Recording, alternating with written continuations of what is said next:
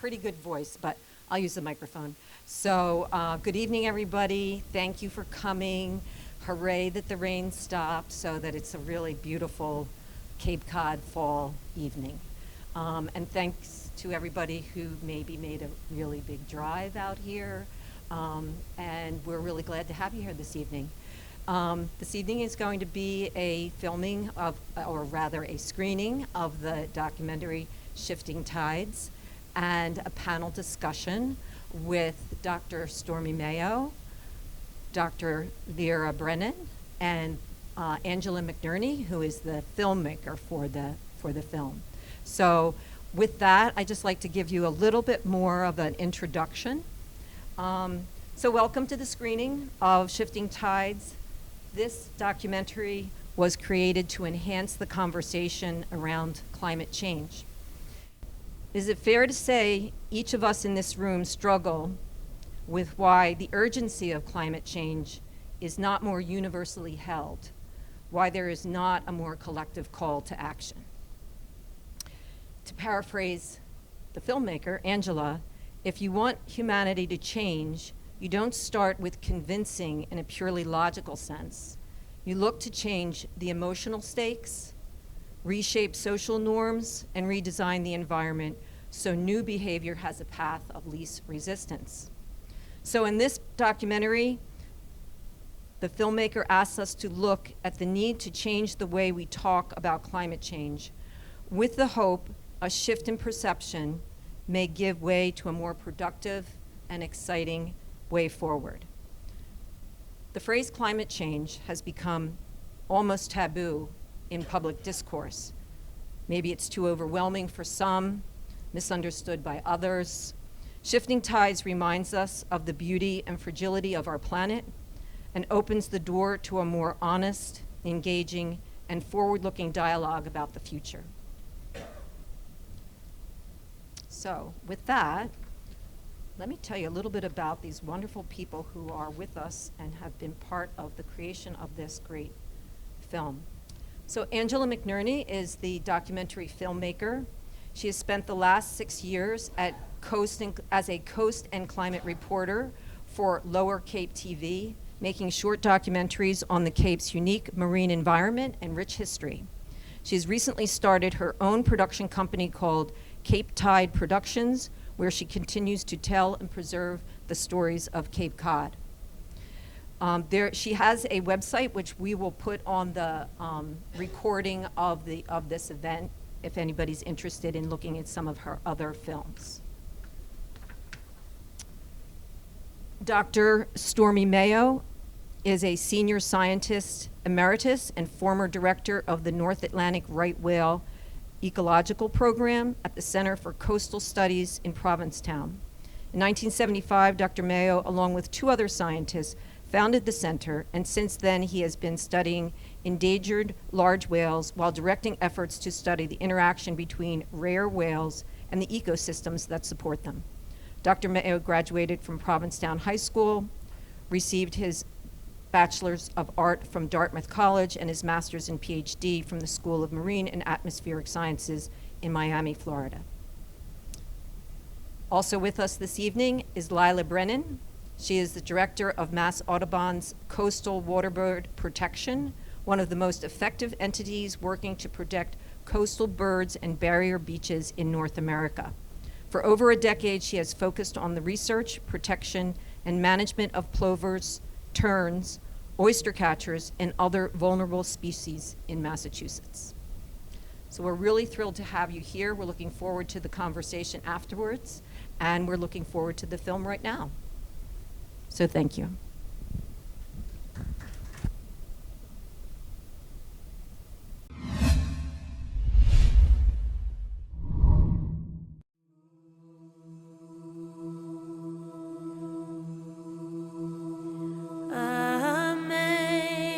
Amazing grace, how sweet the sound that saved a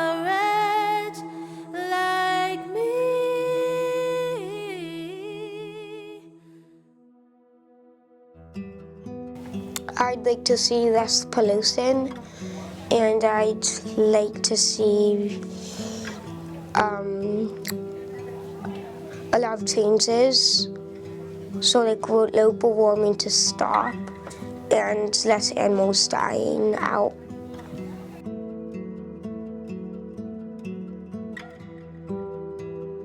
Cape Codders have a front row seat to climate change. We see it. We see it in the flooding of our streets during high tides. We see it in the erosion happening faster than originally anticipated.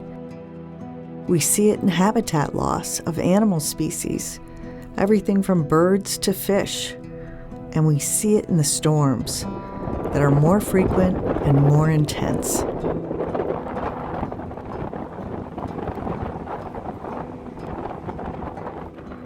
The first global discussion on climate change took place in 1972 at the United Nations Scientific Conference in Stockholm. Since then, experts have amassed overwhelming evidence of global warming and the serious impacts to the planet.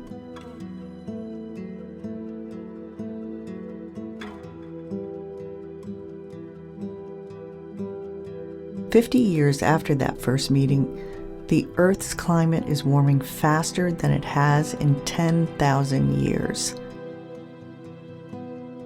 All of our development from the period of the Industrial Revolution to today has been based on fossil fuels.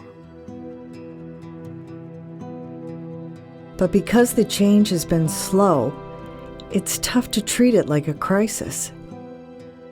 Dr. Stormy Mayo tells us why it matters. These whales were built to this ecosystem, and it was a relatively slowly changing system. Slow by 1,000-fold. The temperature did change, but it changed very slowly. Now it's changing rapidly, and the capacity for both the system and the animals to adjust, and for us to understand it, is completely different.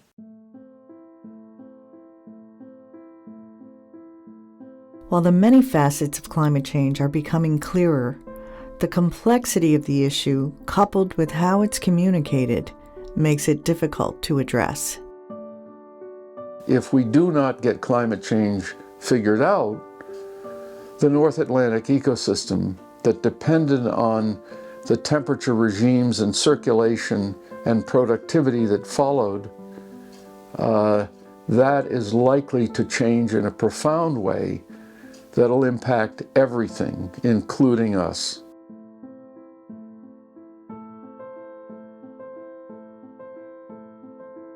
The response has been met with alarming headlines, angry activists, and a pervading sense of powerlessness. So the fear-based articles, the attention-grabbing things, I think that's what we all naturally start to gravitate toward. Is when we become alarmed about this subject, we're like, oh, this is really important. People have to care about this. And you're trying to, sound the alarm, scream fire at the movie theater, so to speak, to get other people to be reacting to the same intensity that you are.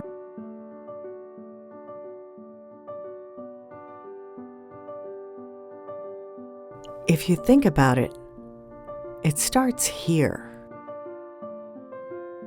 In December 1968, the Apollo 8 mission launched, sending the first human spaceflight to travel beyond the Earth's atmosphere. They were orbiting the moon when one of them turned around. We were busy shooting pictures of the lunar surface for lunar landing sites. And then suddenly I looked out the window and here was this gorgeous orb coming up, and I thought, holy moly. And there over the lunar landscape was the Earth. The Earth was beautiful. It was the only thing in the whole universe that had any color. I put my thumb up to the window of the spacecraft, and I could completely hide the Earth behind my thumb. The Earth is a mere speck in the Milky Way galaxy, look what we have here. Water and an atmosphere. We're orbiting a star just at the proper distance to absorb that star's energy.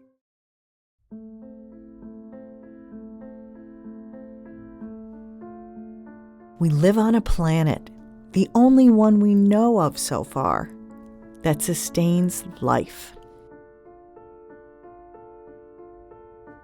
Where the ocean produces 50% of the Earth's oxygen.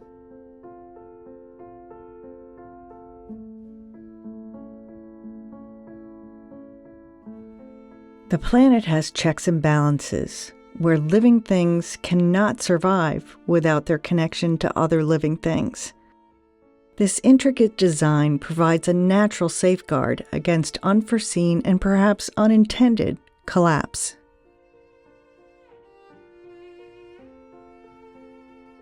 The disruption of that balance sheet has consequences.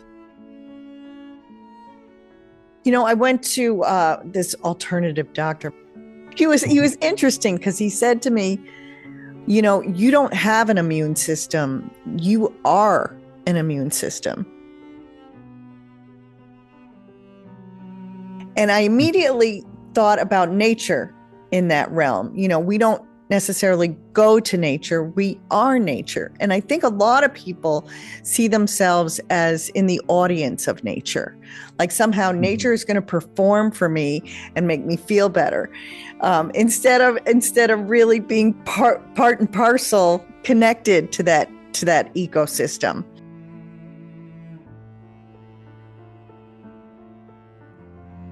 My name is Linda Coombs. I'm an elder in the Aquinnah Wampanoag tribe from Martha's Vineyard. You know, our history, and I use the word history, not myth, legend, story, any of those words that tell you something is not real.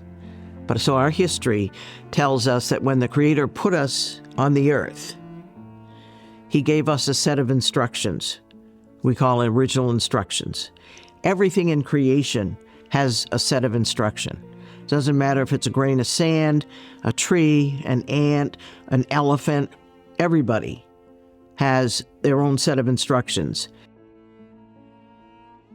It was our beliefs, our values of respect and following our instructions. That is what made the earth look like it did, with that lushness and that abundance.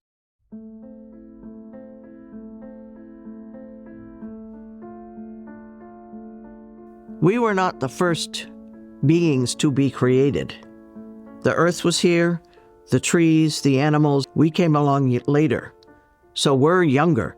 All the animals and all the plant beings, those are our elders. So we look to them to teach us.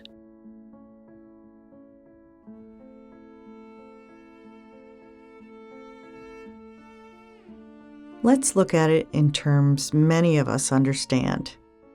Anybody who has ever tried to buy something knows they need enough money in the bank to purchase it. A financial economy is fairly straightforward like that. Can I afford to take what I want? Nature has an economy too. There is an ecological balance that needs to be considered and adhered to. Or there may not be enough resources in the ecological bank to sustain longevity. No one wants to bounce that check. The problem with climate change is it's insidious. It is everywhere, and you can't actually point your finger at something that hits you. I think one of the things people don't realize about our coastal ecosystem on Cape Cod is just how wild it really is. I think that we think of beaches as a magical place to go and relax and sunbathe, read our book, maybe go swimming, and I do that too. I love the beach for that purpose. But it's a place that actually is truly wild. We have a thriving marine ecosystem. We have seals, we have sharks, we have an incredible diversity of fish. We have a hemispheric area of significance for migrating birds from the Arctic all the way down to South America. Places like Race Point, you can just see unbelievable diversity of migrating birds. And we have multiple endangered or listed species that rely on our coastline to nest here. So really, it's a remarkable story of nature. Some people think anything that takes this long to tip the balance of nature surely can't be an emergency. We have worked really hard to separate ourselves from nature. I think what's very important is how we see the world and our place in it. And I think that changes over time. It depends on the historical period that you're born into and the experiences of all the people around you and your own experience. We are inexorably linked with the world around us. And not only in a physical way, that we need our marshes, we need our dunes, we need our forests, we need all of the simplest things like oxygen, right? All of these things that we need from our environment, but also just for our well-being. We had a culture that tells us that we and the earth are one thing. The fact that we've held on to anything as Wampanoag people after 400 years is miraculous to me.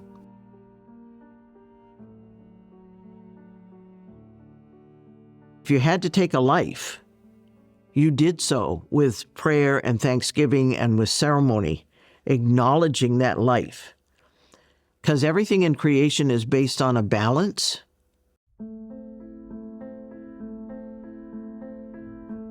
Whalers did not know, or certainly were not sensitive to, the fact that there could be an end to the number of whales.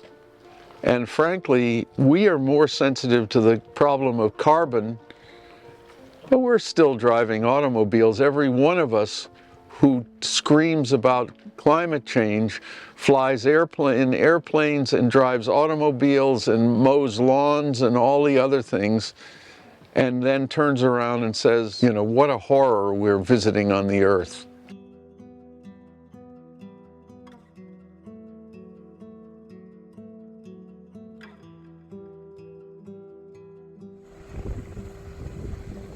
The more we understand that our ecosystem is just as important as our bank account, the more we may be motivated to protect it. I would have loved to take a high-speed train to the Cape. I couldn't. There is no high-speed train. So that's why we need to get beyond personal actions, get beyond feeling guilty for our own emissions, to working together to demand that our political leaders put in place a rapid transition to end the fossil fuel era.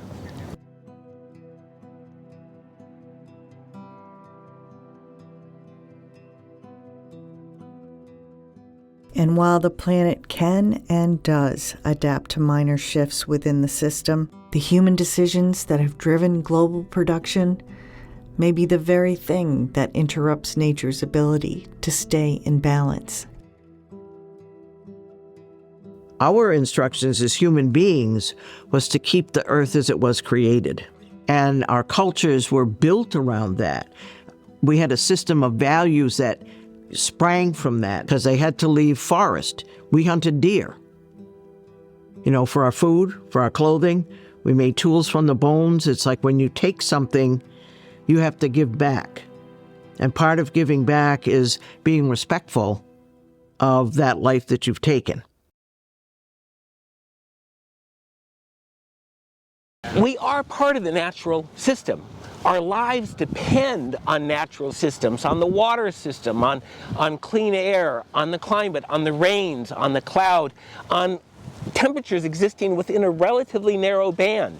The reason temperature matters is it's kind of an index of a shift in climate, and that temperature change itself causes other changes. It's those other changes we care the most about.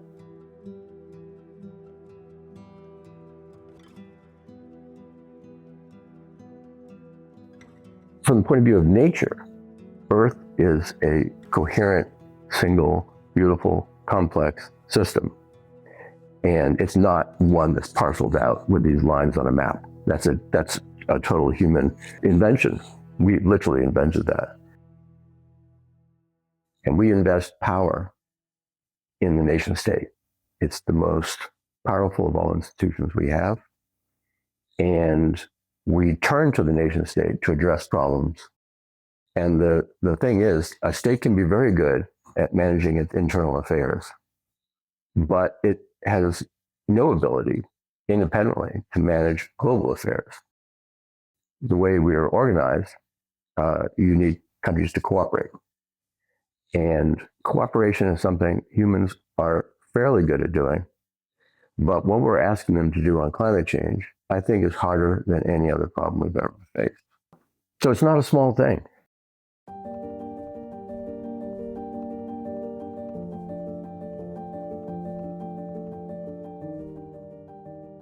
The number one threat to every order that we have, order by lifestyle, by societal structure, by politics, by biology, everything that we know here now is, even as we speak, being impacted.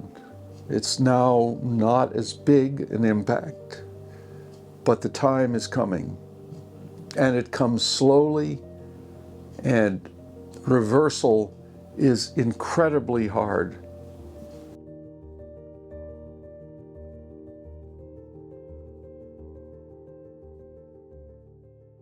Most people that I talk to, looking at the last 10 years, have a lot to say about how wacky the weather's been. I think people recognize that, even if the A to B route isn't super clear, like, oh, climate change is doing this. We're seeing the flooding, we're seeing the increased storms, the increased precipitation, the lack of winter some years, the lack of snow. It's happening right before our very eyes.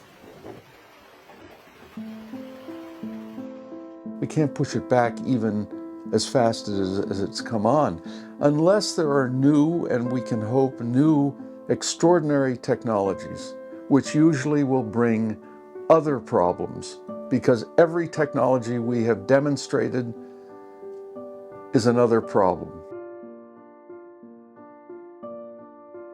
I think what's not working out is this, with the current conversation, is this misunderstanding about that nuance of facts. You know, I hear all the time of people in my industry and others saying, you know, if people were just aware of this being the consequence, or being aware of this as an opportunity, then they would adopt it, or they would change how they're acting. Whereas that's not really the case in the behavioral science literature. There's really limited evidence to show that awareness alone informs behavior change.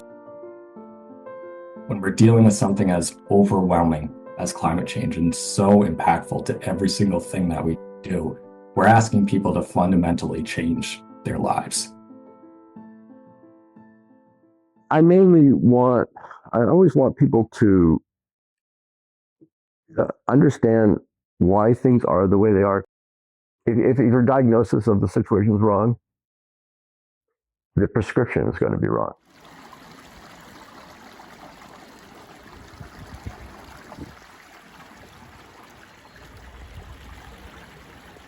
If I'm reading your question right, if I was Mother Nature here on Cape Cod, I think I would be pretty concerned, because there's been a more dramatic change in a short amount of time than we've seen in a really long time. And so I think I would want to know more, right? I would want to understand more about what exactly is happening, and also know more about what we can do to fix it, what we can do to address it, right? We have the advantage now of an incredible network of scientists, of NGOs, of wildlife regulators, of protections in Massachusetts. We're really at the forefront of all of that. And so how can we do a little bit better? And that doesn't mean grand sweeping scary changes, but it means, you know, if I'm Mother Nature, I'm thinking about how can we be strategic here, and what are the habitats we most need to protect?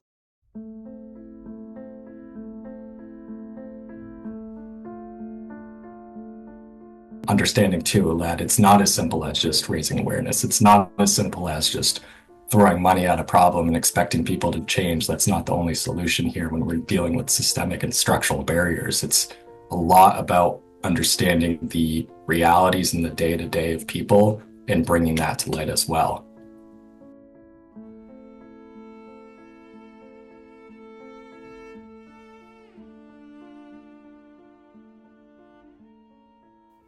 Climate change is about this interconnection that is, wondrous and deep and imperfectly understood.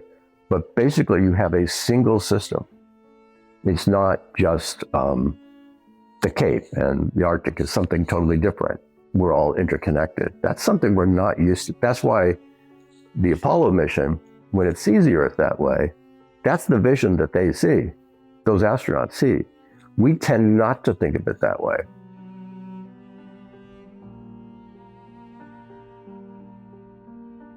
The climate is, there's almost nothing more important when you think about it. It determines the ecosystems you have in combination with other things, but it determines your ecosystems and your whole world environment. I think that we are part of this ecosystem, right? And we're a part that, for the most part, are really good stewards. And so it's going to take all of us, it's going to take the entire community and all of the organizations doing this work to keep protecting these places.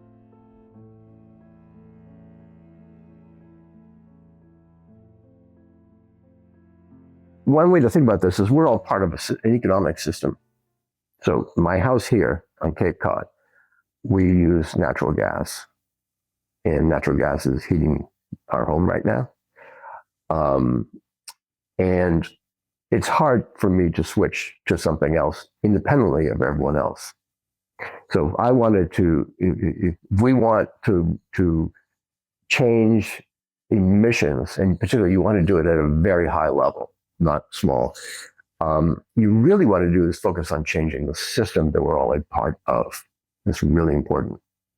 So you've got these two things that are operating at the same time. There is this bottom up, and normally that bottom up expresses itself through democracy by voting for people who will try to solve the problem that you imagine. And what's important about democracy is that when you vote in favor of something and that gets adopted, you will have to do it, but so will everyone else. When people get excited about new technologies and new ideas, it becomes easier to change behavior. It's not like we haven't done it before. We did it with the adoption of unleaded gas. Smoking went from glamorous to gross. We have done this before. We have changed the way we see something and then changed our behavior because of it. A lot of things that happen we think are inevitable. And anyone who reads history knows that it's really not like that. And we're thinking about the future. And the same thing is about the future. What is going to be the future? Well, we can shape that. I think nature is something that may soon die out, and I hope we can save it.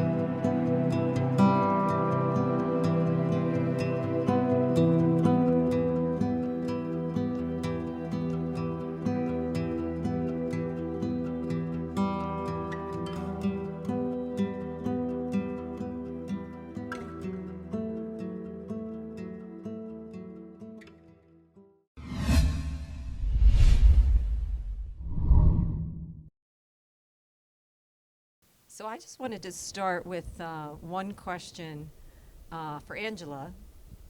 What was it like making this film? Well, that's a good question. The thing about climate change is you can say about a million things about it. And because I was a coast and climate reporter, I was always talking about it to different experts about their vantage point about it. And it was frustrating to me that it was such a big deal and yet nobody could hear it anymore, you know? So we had an opportunity to get a grant from Mass Humanities to take a stab at this slice of it. And I wanted to talk about changing the conversation about it to see if we can get a better response. So it was challenging. This was more challenging than anything I've ever made before because all the other films I'd made before already happened. Meaning it was about history. It was about... You were reporting on something that already... Yes. And this was what I thought about climate change, you know? So it was challenging. And how long did it take to create the film? I a couple years? No, it took like 3 months. Okay, great. Well, anybody from the audience have a question for our panelists? I would like to know, who do you think your audience might be for this? It's a beautiful film, very lovely. Thank you. Well, I wanted to be people who are no offense, but not scientists. You know, I wanted to be people who are frustrated with the conversation and the dialogue about climate change. People who really don't know that much about it, but kind of wonder exactly what it is and why it should be important to them. That's my audience. So basically everyone, you know, except for the experts in it. Yeah, I'd just like to comment on that. I think that the idea of bringing, this is going to maybe sound a little odd, but the idea of bringing the importance of nature into this and our position in nature, because I think especially with our world being so developed and industrialized, we've really pushed ourselves away from nature, and we don't think that we're part of it, for one, and our behaviors over the years, over thousands of years, has been to control nature, not to work along with it. That's probably a really broad stroke there, and there might be people in the audience that would object to that.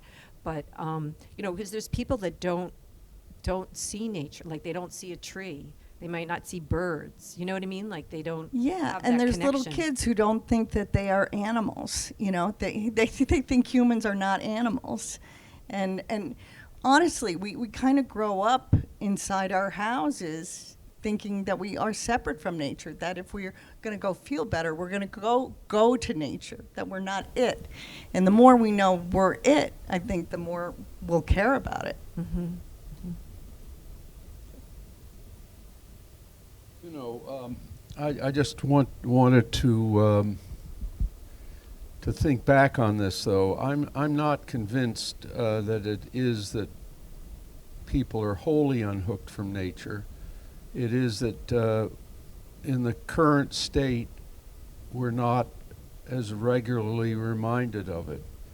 We live in a pretty insulated system, and we confront an issue which is settled within the scientific community broadly. Settled doesn't mean we know the whole story. It's the whole business of science, which is, if it's science, by and large, you don't actually have a rock-hard answer. What you have is a fairly clear view, maybe a little better, maybe a little worse, could be tuned up better.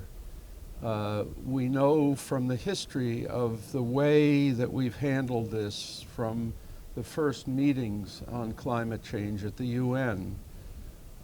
For example, and something that always amuses me is that the people who were put in the category as not believing in the climate crisis argued that we were off base. We didn't really know what we were talking about. And the modelers, well, they're not meteorologists, they were climate scientists who were modeling the system, were pretty sure they had it right. Turned out, as I've said to some very few people I know who do not believe still that climate change is a significant issue, is that in fact their early statements about the models being wrong were absolutely correct. But they're correct in the wrong direction as far as we're concerned. We didn't deal with the albedo in the high latitudes. We didn't understand that there were pockets like the Gulf of Maine and Cape Cod Bay that are undergoing these unexpectedly high rates that were not modeled. So we don't actually have a firm grip. And I was saying with this gentleman earlier, one of the things that you will often hear, probably for me, I will be thrown into a question and I'll say, that's due to climate change. That's what's happened. The changes in the weather that we see, it's climate change. And the reality is, it probably is largely impacted by climate change. Everything is impacted. But to say that any one thing is provably causing a heavy rainstorm, or an example are the large hurricanes, to say that is probably not supported by the heavy data that's needed. We do not understand this system. And I think Sagan's last comments relate to that. We don't understand the system. It's happening. There is no question that it's happening. It's settled in science. But what we don't know is how fast every single change that we all observe is due to climate change or due to a combination, which in almost all ecosystems is the case. And the last thing, and I'll get off my soapbox, but my soapbox says that the biggest issue that I see, which is what I think Angela's movie speaks to, and I think you had a comment to it, and that is that it's not happening, it's happening very fast in the terms of ecosystems and geology, but it's not happening fast enough to scare me, to make me ride my bicycle here instead of driving here. And I use myself, listen to me up there, and I didn't include the fact that I'm the part of the story. Pogo said, I've met the enemy and he is us, or she is us.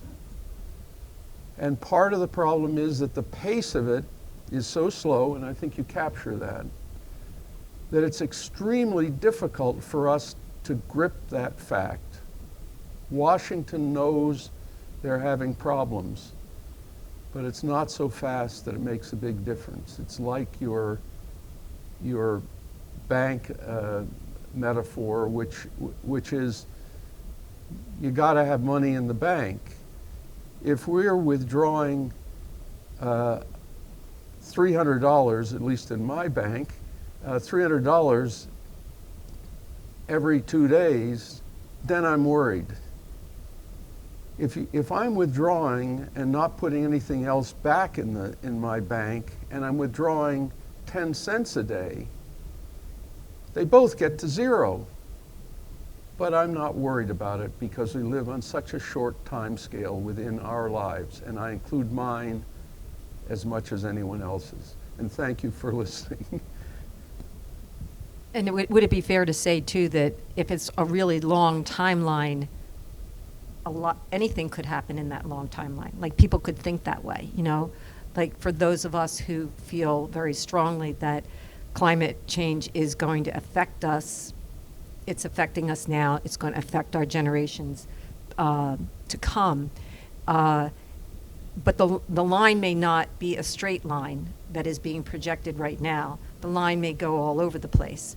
And that is either going to buy us more time. Well, hopefully it will buy us more time to come up with better solutions for it. You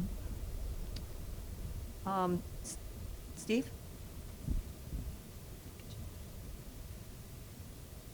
I think some of you in the room are aware that on the Cape there's a subset of the Cape Cod Climate Change Collaborative called the Faith Communities Environmental Network.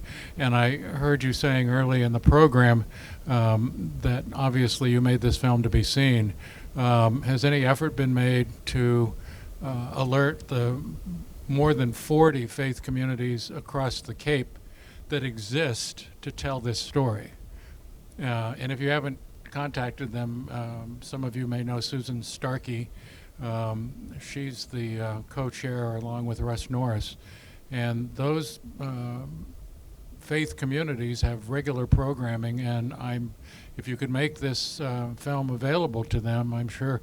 What about just like Yo-Yo Ma is doing a closed network concert across Massachusetts? What if we just played the film at the same time on the same day across the Cape in 45 communities? You know, wouldn't that have some kind of impact? Be my promoter. Okay, sounds good. I did a story on the faith community and climate change, actually, with the people in Chatham several years ago. Yep, he was great. Yeah. Yeah, it stopped me, and it's the reason I wanted to do. I did 4 separate stories on climate change back then, and one of them was on the faith community because they called it a moral imperative. And I thought that's a very strong couple of words, a moral imperative. That's wild. Children not thinking about themselves as one of the animals on the earth. At St. John's Episcopal Church in Sandwich this coming Tuesday, I'll put a plug in for this, our evening program is going to have a guest speaker. The guest speaker, when I first brought this up to the group, is Sheriff Buckley. And people said, Sheriff Buckley, what's the connection here? I said, she takes care of people, human beings. Her whole focus at the sheriff's office is the care and rehabilitation of inmates so that they can re-enter society. What's not important about that? Those are human beings that she's taking care of, and that's her agenda. So I said, isn't that part of caring for creation?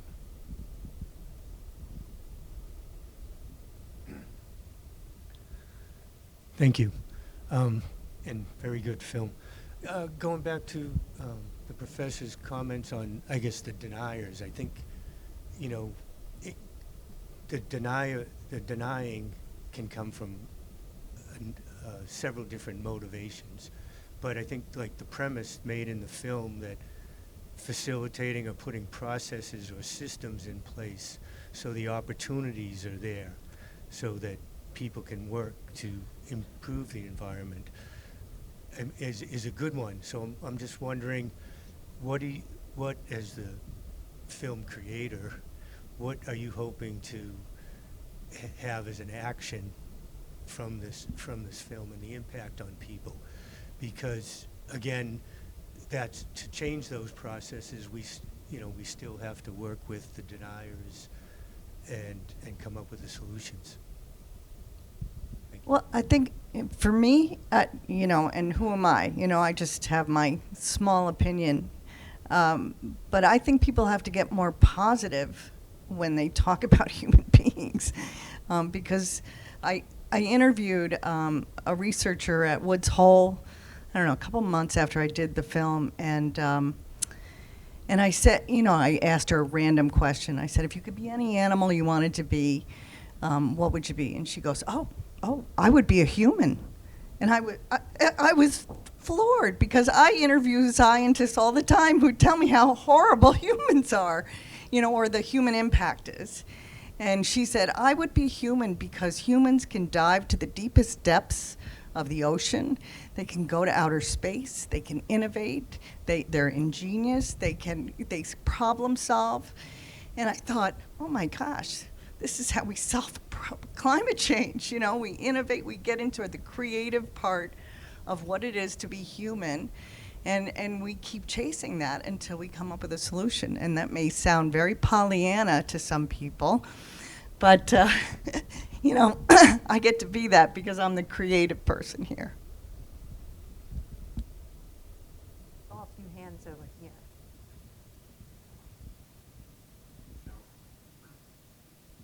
I wonder if it would be interesting to talk about pre-colonization Cape Cod and what that looked like. I understand it was much more forested, mature forests, and sort of how massively we've impacted Cape Cod.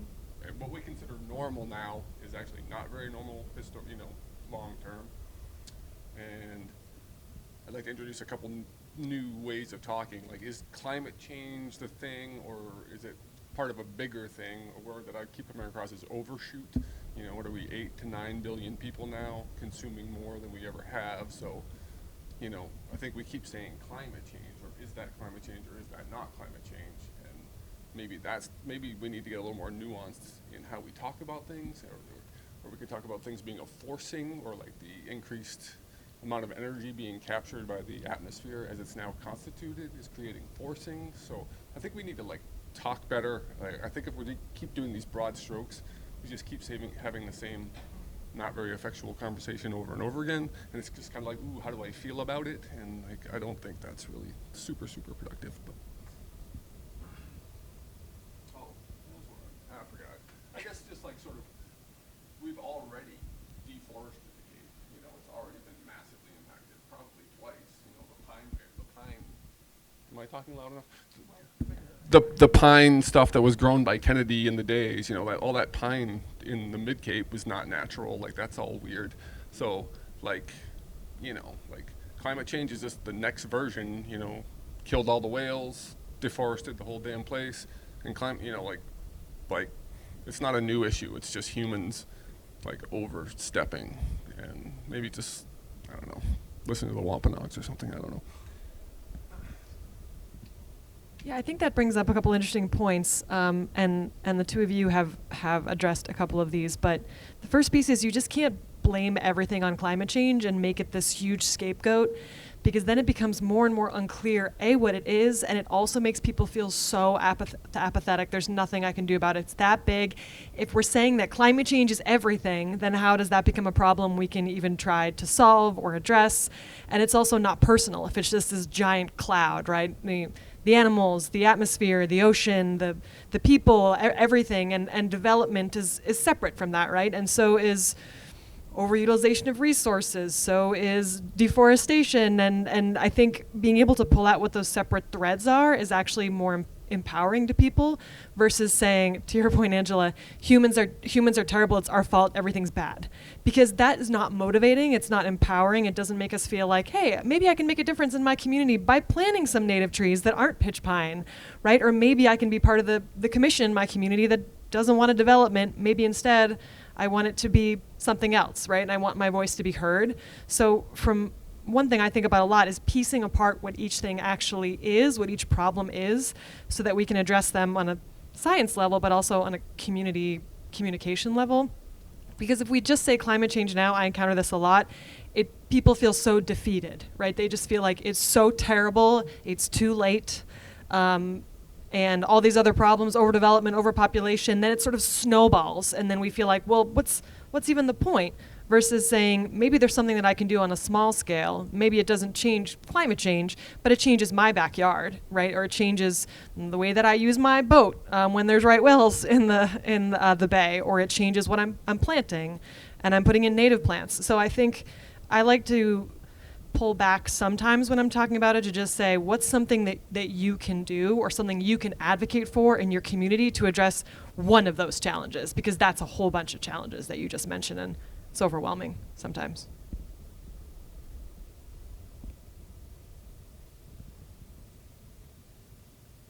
It's more of a comment.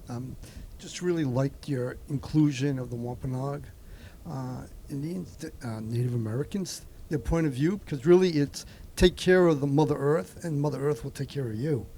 So I think that, to me, is one takeaway. If we could really, rather than saying climate change, just take care of the Earth. And as you said, look in your backyard. Why are we putting pesticides on our grass so we can mow it every other week or every week or twice a week? We don't need to do that. We kill both the bad and the good. There's no need of that. So take care of Mother Earth, and I really believe Mother Earth will take care of us. But we need to change and respect her. Just chime in and say I'm amazed at all the organizations on Cape Cod that do share and bring out that message. Just talking about backyards, I was thinking about APCC, obviously the Center for Coastal Studies. We're really lucky. You know, Cape Cod's not that big relative to the rest of the country, right, or the rest of the state, but we have so many NGOs and also state organizations and federal folks, et cetera, but getting that message out, and they're making an impact in a slow way and encouraging people to just do one of those things you mentioned. You know, maybe don't use the pesticide and watch what happens. So I do see that happening in real time. To your point about keeping it positive, it's not Pollyanna, I don't think, to say like there are a lot of really good, powerful things happening here, and if we could highlight that instead of uh-oh, it's all going downhill, I think we all feel a little more encouraged. At least I do.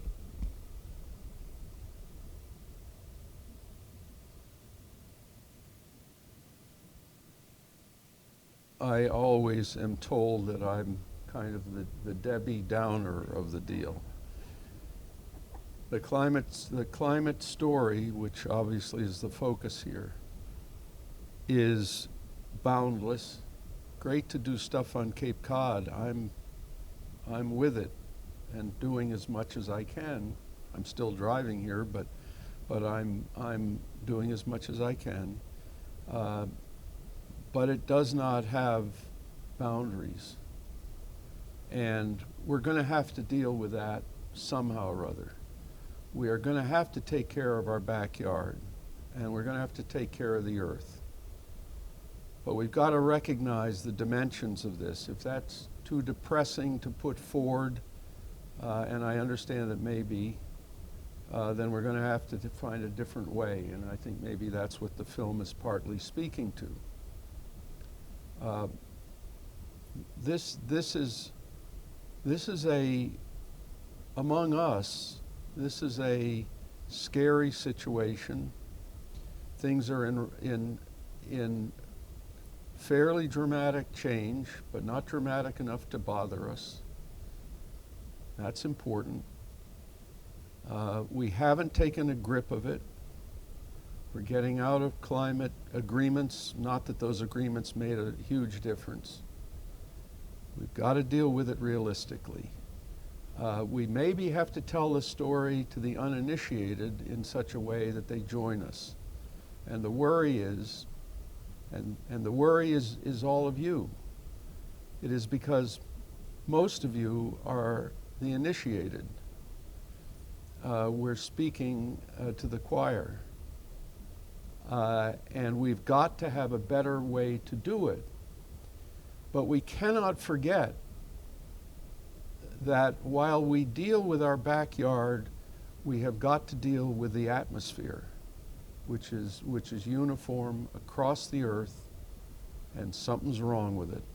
And it's happening so slowly that neither we nor my grandkids have a grip on how profoundly it's going to change.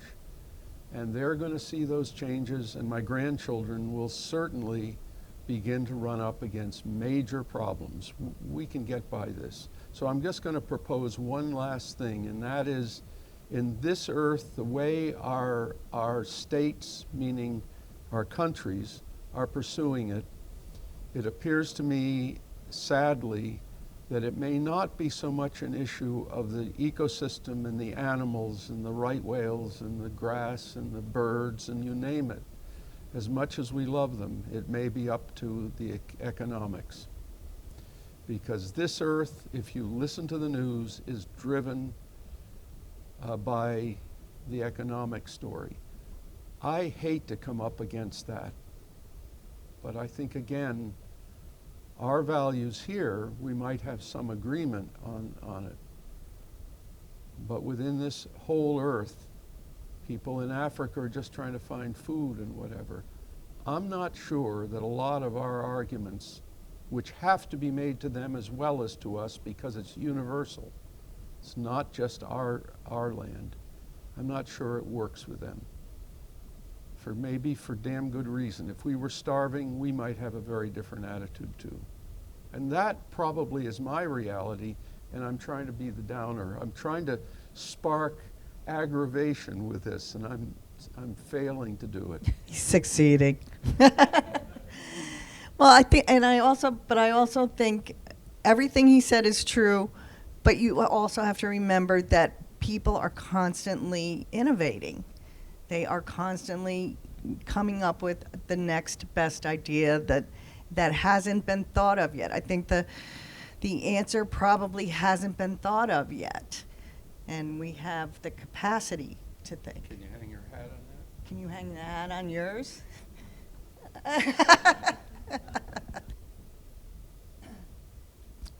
I guess I'm a little more optimistic. I think there are some wins, and I really enjoyed the film, but I would like to see more of the wins highlighted, because I look at countries like China. I was there in 1991, and there was coal being burnt everywhere. Now it's one of the leading, I think, countries on generating renewable power. So I think there's the capacity to change. It usually starts with the grassroots, but it has to work its way up to the governments, because ultimately they control the policies and the economics, as you talked about, that can make it facilitated for the people at the lower levels to take advantage of programs like we used to have a $7,500 rebate for buying an electric vehicle, and that promoted a lot of people to buy it because it became affordable. Once they take that away, which has happened, it makes it a little more challenging. So I think there are victories. There are some losses too, don't get me wrong, but I think you need to focus on the wins so that people have hope, because once they lose hope, they're not going to want to, as you say, go the mile to help fight this.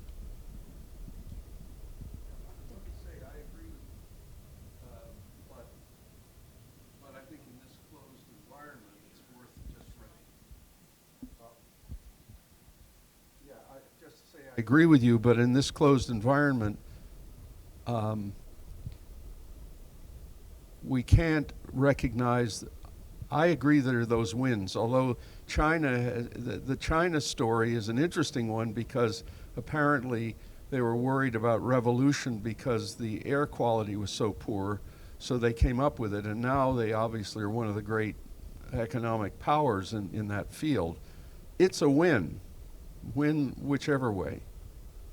But within our group sitting here, let's recognize that we've got to tell the story the way you describe it. I'm for it. But we're up against a pretty horrifying set of circumstances for my grandchildren's grandchildren. Those are the ones that we worry about, and that's a long way off, but that's hard to worry about.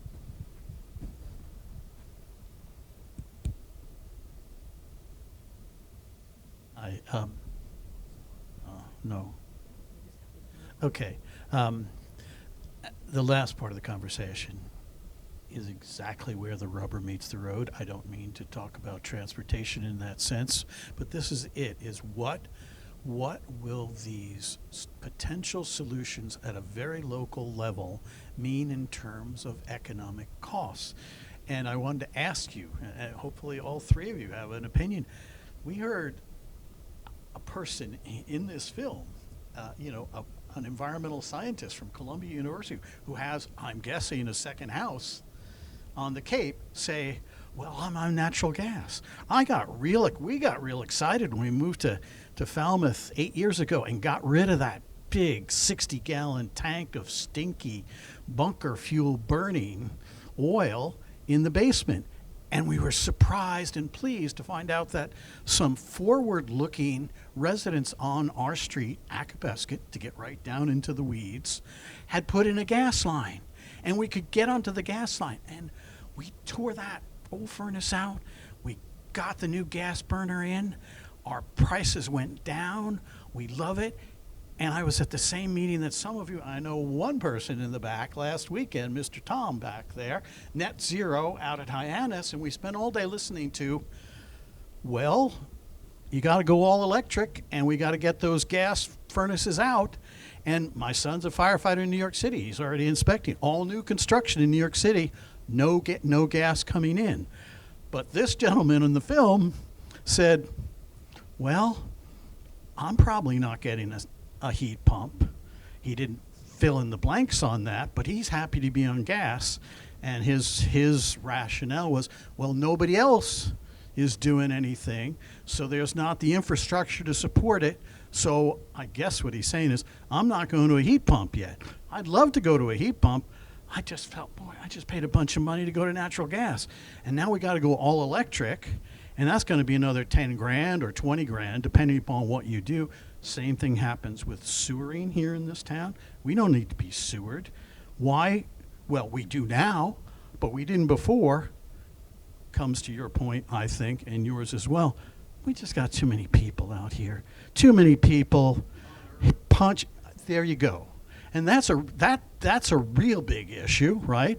But what we have here every day in this town, dealing with a beautiful film, but, you know, I don't see any ways of changing the dialogue from that film. I hate to be that critical about it, but the dialogue doesn't get changed by saying, look, a cliff is eroding. The people who can make this happen, change happen, are going to say, well, that's just some multi-millionaire idiot that put his house on a cliff and it fell in the ocean. That's not my problem. I want cheaper gasoline to put in my car to go to work.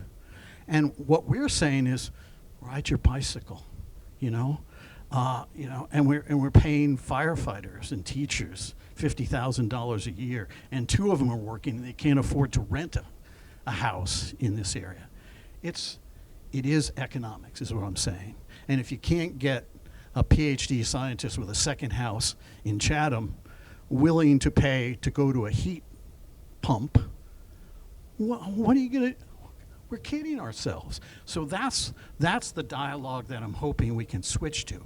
We all have these individual cases. We know it's happening, things, pollution, but it's largely driven by too many people punishing an ecosystem that was built for the Wampanoags, probably not built for all of us.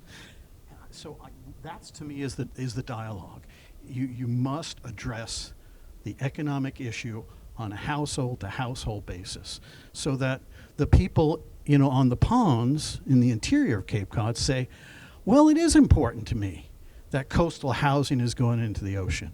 It is important to me that the town of Falmouth last year had to pay $3 million to replenish sand on Bristol Beach because there were more storms when they're coming from the south than there were before. And at some point, as taxpayers, maybe we have to say, we're not replenishing those beaches anymore. And everybody goes nuts. We lose our tourism. What are you talking about? We have to replenish the beaches. We have to build more seawalls. We know that doesn't work.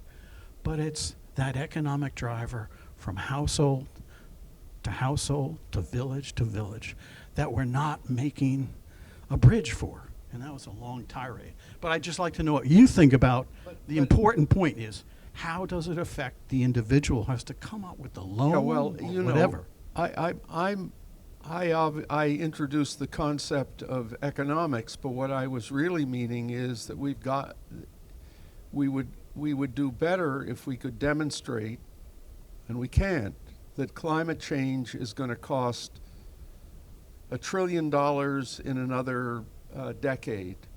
And it's conceivable that we're talking about that scale. But we can't actually demonstrate that. We don't have the accountants to add it up, and we don't have the scientists to say, no question, that house going in was caused by climate change. And so the changes in weather cost us whatever, hurricanes did and the like. We can't account for that, and so we can't turn and say that. We can say something about about trying to put in heat pumps, which I'd like to do, by the way, but I can't afford it. So I have my own personal, what I was really referring to was the demonstration that climate change likely plays a significant role in world economics, Africa, Europe, you name the place. It probably plays a big role in it, and we'd save a lot of money, which these days apparently is the currency, if you will. But we can't do that.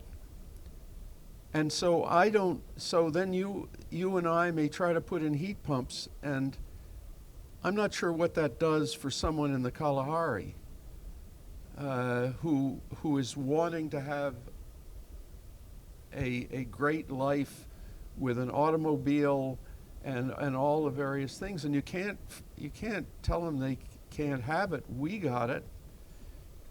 We're in a very odd societal and economic jam, and underneath it all, climate change is having its impact across the board, day after day, is increasing.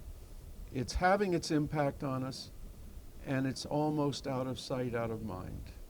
And so I empathize with the federal agency that turns around and says there'll be no more electric cars.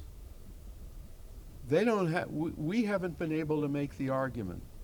And I don't know exactly we may be in agreement, but I don't know what the answer is. Yeah. You made so many great points. One thing I just wanted to chime in and say is we've all sort of been gently hinting at this around the edges, but one of the most concerning major pieces of this is the inequality when it comes to climate change and the communities that are being disproportionately affected across the world, across the state, and then the folks who potentially are contributing the most to climate change, which, not to throw out another lightning rod, but we have to consider the outsized contribution of massive 5 corporations versus your individual impact to whether or not you get a heat pump. You know, how much does a superstar flying around the world's jet, how many, tons of carbon, right, are being emitted there? So I think there's also an underlying piece that has to be considered when we're talking about it, because as Stormy's pointed out, we're not starving, we are at a certain level of privilege and comfort versus the folks whose communities are literally disappearing underwater in other parts of the world. It's not to say that's all climate change, but certainly some of it is. So I think, and I saw a lot of hands, so I won't talk too much more, but I'll just say that all of us, that needs to be considered and brought into the conversation about where the impacts actually are and what are the incentives, right, to change those behaviors, to your point as well, because the stick hasn't gotten us too far, right? The stick versus the carrot. Sometimes we talk about like, oh, it's going to be really bad, you should be really scared. And if that's not doing enough, then what's the incentive? You know, is it the electric car? Is there something else? Is there an economic incentive? There's been plenty of conversations about carbon taxes and things like that, so I think there's incentives portion is different, but I just want to highlight the major inequality, and the concept of sort of environmental justice is something we haven't really touched upon tonight, but it's a really critical part of the whole conversation. I just really quickly want to say that I think it's very, very important that people don't feel powerless. I think they need to have hope. They need to have hope that either if we don't have the answer today, we may have it tomorrow. And if I may not be able to afford to get a heat pump, but I can put in a pollinator garden, I can do something. And that's where it comes to the individual, that I recognize my place on this planet. I just want to make the comment. Stormy said that we can't make the case yet. Yeah, and the Cape Cod Commission had done a report, their climate change plan, or their climate action plan, which did make the case, and it made the case that there was going to be billions, if not trillions, of economic loss in the future, 2050, 2100. So it's the investment we make now to protect us in the future that's going to be, it's going to accelerate. The damage is going to accelerate, and the economic cost is going to increase. And as far as the heat pump goes, if you're on a gas line, that's a minor problem. I mean, it'd be better to get off it, but it's gas infrastructure that's increasing the delivery of gas to this region that's the big case. It's this systemic case. That's what you want to avoid, investing in a huge expansion of the gas network.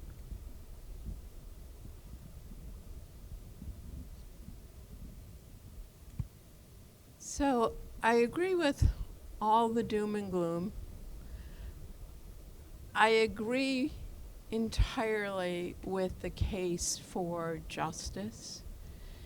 But I think the only way out of this is to have some hope. Truly.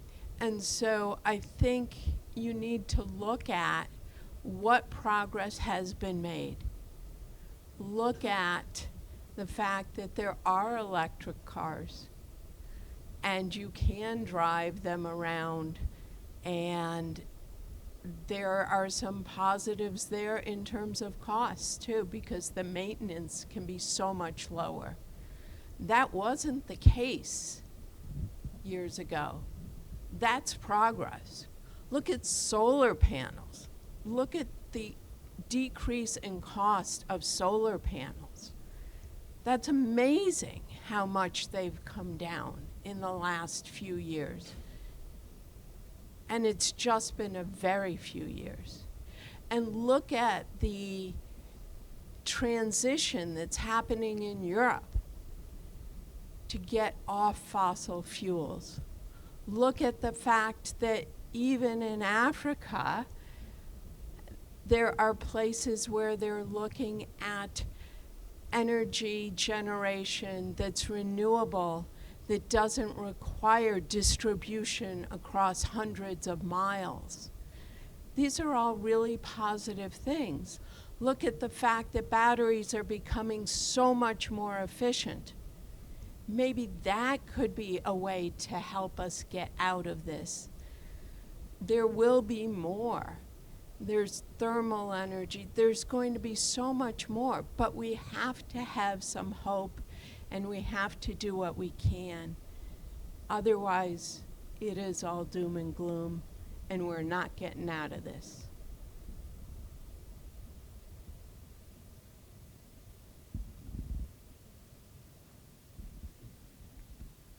I'm like a pendulum here. I'm going from the world is going to end tomorrow to people trying to give us back hope.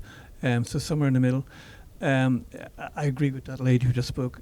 I mean, just before I came out, I was reading a report today where Texas, when I think of Texas, I think of the fossil fuel industry and the center of really the fossil fuel industry in terms of the corporations there. This week produced more or satisfied their state's electrical requirements more through solar power than through natural fossil fuels or natural gas or any of the fossil fuels, which to me is just mind-blowing. They are the largest producer of alternate fuels, alternate energy in the USA. And again, this is Texas, right? So I think sometimes they know something that we don't, and that gives me hope.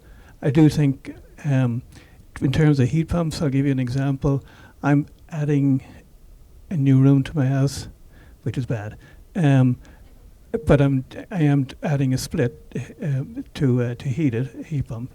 It's cost me more for the heat pump, to heat that one room, for that one heat pump, than it cost my nephew to heat his entire house through heat pumps in Ireland. And I'm talking about the rebate price. So I think something is wrong in that equation. I haven't quite figured out why we're both using the same products. They're both coming from Mitsubishi, but somewhere the price has escalated. So I am still flipping from doom to some kind of hope, because my grandchildren are going to be impacted too. But I do think that there are some places where there are sparkles of hope. And I'd like to just comment on the part about Texas. I think what Texas figured out was how they could do that economically. They're making money on that for sure, and that's why they're doing it.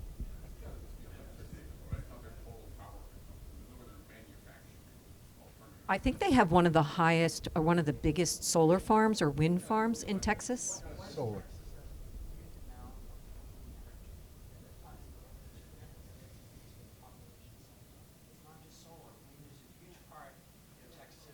Yeah. As the doomer in this group, I'd like to again agree with those of you who are making the point that we've got to have hope, and there are hopeful signs. And are feeling like this problem is overwhelming.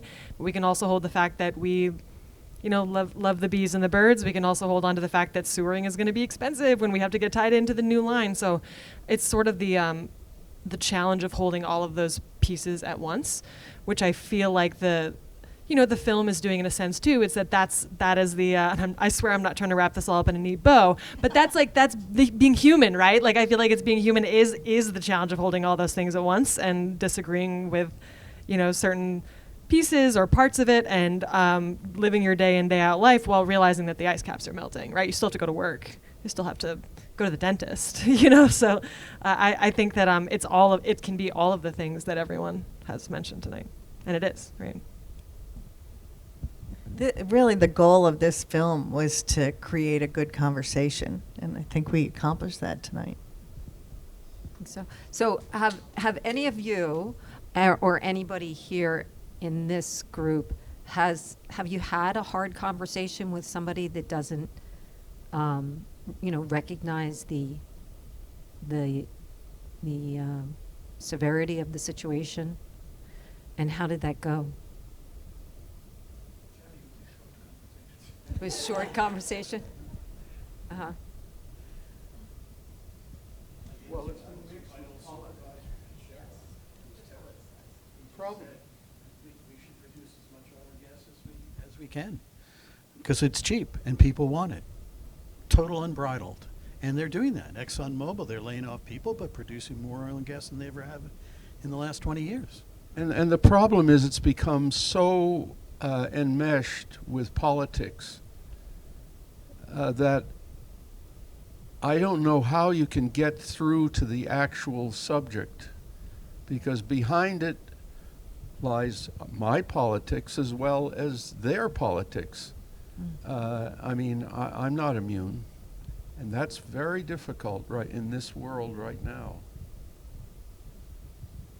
I'm surprised that the economics of renewable energies and these other innovative techniques that will be coming, those that are in the process of being developed now, like that's in some ways economies within themselves, and or will be economies within themselves. And why aren't more private industry groups, like even the gas companies, when this this problem started a long time ago, but when we started really kind of talking about it, where's the R&D to develop renewable energy sources so the gas companies don't have to go out of business? They just have to change their energy source, and they still make a profit. They still, earn a living for the people that work for them. That's always confounded me, because the opportunity is there for further innovations, great innovations, and the win side of it is that we still get to do the things, like we still get to heat our homes, we still get to drive our cars, we still get to turn the lights on, we still get good food, but we also get a good, healthy, clean world. And that's a whole other subject in terms of the number of people that get sick as a result of many of these ramifications of climate change and the costs of healthcare. It seems like if there isn't already, there should be some sort of development of the metrics that could define what. Again, it probably wouldn't. We don't have the absolute answers, but we can certainly develop methods that would give us the trends for where it's going and what the costs would be. Everything that I've heard or read or whatever is saying it's going to cost more if we do nothing than if we do something now. So that should be motivation for any good business, I think.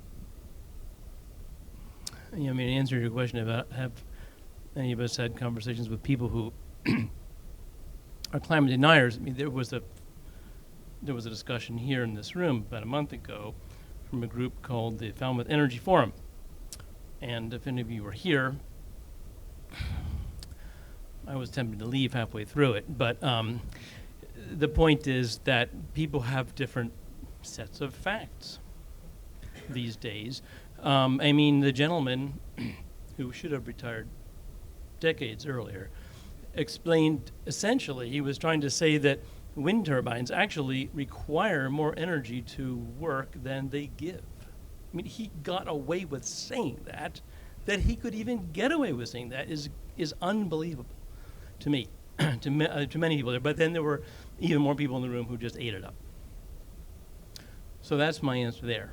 So forget about them. But the people you need to pay attention to are the ones who are under the age of like 14. Those are the ones in school, the curriculum. Now, I come from New Jersey recently, and a good friend of mine who is a retired physics teacher there, taught high school physics for decades, has been trying, like the man of La Mancha, trying to get that school district to actually teach to the curriculum. They are supposed to teach about climate change by law. But teachers are too busy. So it takes time. And I'm talking about decades. He's been working on this, getting nowhere. I don't know about Massachusetts. It'd be interesting to know. But these are the people you need to focus on. The young kids are open-minded still, and they need to get these messages. Maybe not exactly the way you put it. Maybe it needs to be more, it's a positive spin, but these are the people you need to focus on. I think that, when I was a kid, the only people that got microphones in front of them were the people who were the experts, were the knowledgeable ones, the leaders. And now everybody has a microphone. Everybody can have a microphone in front of them. And we haven't caught up enough to say, oh, that might not be true, And so misinformation is a completely different topic. It's a completely different problem to solve. Are we singing to the choir? Maybe. But then I think there's just a bunch of people who really don't know what the hell the truth is anymore, It's not just our young folks and our next generation of folks. It's the fence sitters. It's the folks that aren't sure, or maybe they're open to changing their opinion because we see it. I mean, social science does show it. It's not necessarily just showing someone in the film.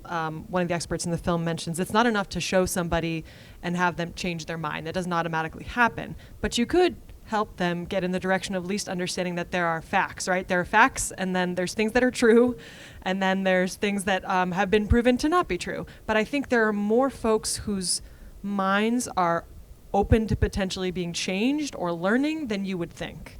At least that's what our research shows, is that we try to track all the different conversations, all the different interactions we have, and we try to understand how many of them are just outright negative, how many of them are outright open, and how many of them could potentially be changed, right? And what I encountered a lot is people hate the birds. A lot of the birds I work with, people have grudges against them for different reasons. And are they open to potentially changing their minds?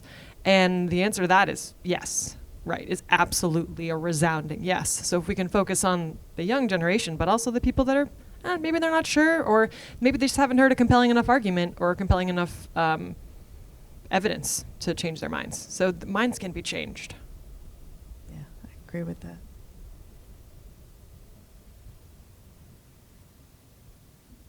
Yes, I'm a geologist, and I've spent 40 years looking at rocks around the world. And one of the things I do is I study how sea levels change through time in the rock record. And we could see it changes. And a lot of the arguments that I have with people who are not necessarily deniers of climate change, they say, yeah, it happens, but it happens slowly. It's not a man-made thing. But what's happening today is happening on a scale that's orders of magnitude faster. And that's the part that scares me. We have the direct evidence from the ice cores that show the temperature change is occurring. The CO2 that's driving this is occurring at a pace that's much faster than any changes that we can document in the geologic past. So yes, the climate has always changed. We've had ice ages in the past, but it's the pace, the rapidity of the change that's occurring today, which is what I think is the major concern. It's got to be a human interaction because it ties so closely to the combustion of fossil fuels and the increase in CO2 in the atmosphere. Yeah, and so just to be the devil's advocate in this, on the opposite side from where I actually am, the arguments that I get is, first of all, there's a lot of misrepresentation of the CO2 change. That's just recently I had a conversation, and that has been demonstrated to be a liberal or communist plan, which is to try to bankrupt the United States, etc. Now, all of us have to laugh at it, but the reality is there is a capacity, because of all these microphones, one of which I've got, but a lot of people have different views, and they are coming up, cooking up these stories. For instance, I heard a geologist say that the sea level rises and falls, and it's been, 400 feet deeper and 400 feet shallower and whatever. I heard him say that, and he had a PhD or whatever. And all you got to do is run into that and look at, and I do it regularly because of the work I do with ecosystems.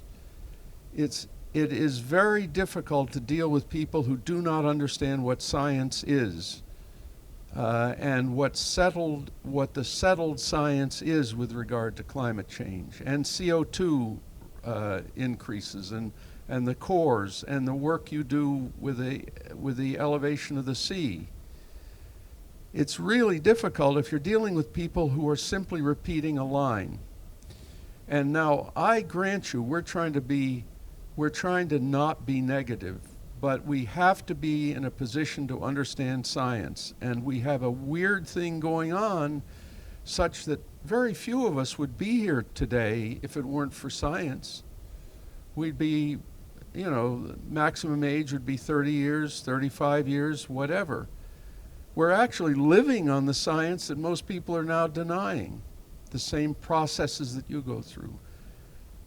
I'm actually speaking to a problem that I have generally that relates to the whole climate change story. How do you get around the effective method? If you look into how propaganda is developed, what you do is you get the microphone and you say the same thing over and over again, even though it's ridiculous on the first statement. By the time you get to the 50th or 60th time, that's the way it is. And I can think of news channels that do that, of all things. With regard to climate change, you said it changes. The sea level changes. So what's the problem now? Well, then we get into the fine business that you described properly, that its rate of change now is so extreme that society is going to have a lot of trouble dealing with it, and so is the atmosphere. Amen. I mean, I don't know. I got one microphone. They got bigger ones.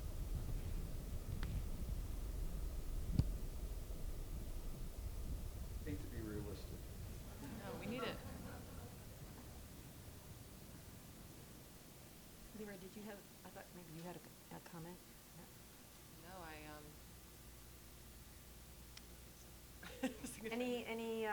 Anybody have any other questions? Anybody have any other questions for our guests here tonight? I think we have, it's been a very interesting conversation. It's taken some interesting turns. But I hope that it has, encouraged us as opposed to making us feel more desperate about it. We just have to keep, whatever the conversation is, we have to keep the conversation going, make the changes that we think we can make, and encourage those larger than us and more influential than us and deeper pockets than us to also make those changes. So, are there any closing comments for our guests? I would just say, when you talk to people, remind them how precious the planet is. I mean, I think that's an easy thing to forget when there's just seems to be so many other things looming. I think the planet knocks me out. Every time I think about it, it knocks me out. That we are in this big, huge universe, and we are the only thing that's life-sustaining so far. You know, that just blows me away. So keep that in mind, too. And I'll add, in all of these discussions you're having, finding common ground is really important and avoiding that polarization. This, again, preaching to the choir, but we're really being encouraged to polarize in a lot of ways. And I won't go into my social media theories. It's too late. It's too late in the evening. But if we can find that common ground to have these discussions, even if we absolutely completely disagree, and and there's fake facts and there's misinformation, but finding that shared conversation, the one thing that maybe we can agree on, and go from there, because that's ultimately more effective than totally saying, although I have this moment all the time, then it's time for you to retire, buddy, like you said. I think finding that connection is what's going to get us there. All right. Well, thank you, everybody, for coming this evening. We really appreciate it. Thanks to our guests for your insight and for this amazing film that you shared with us.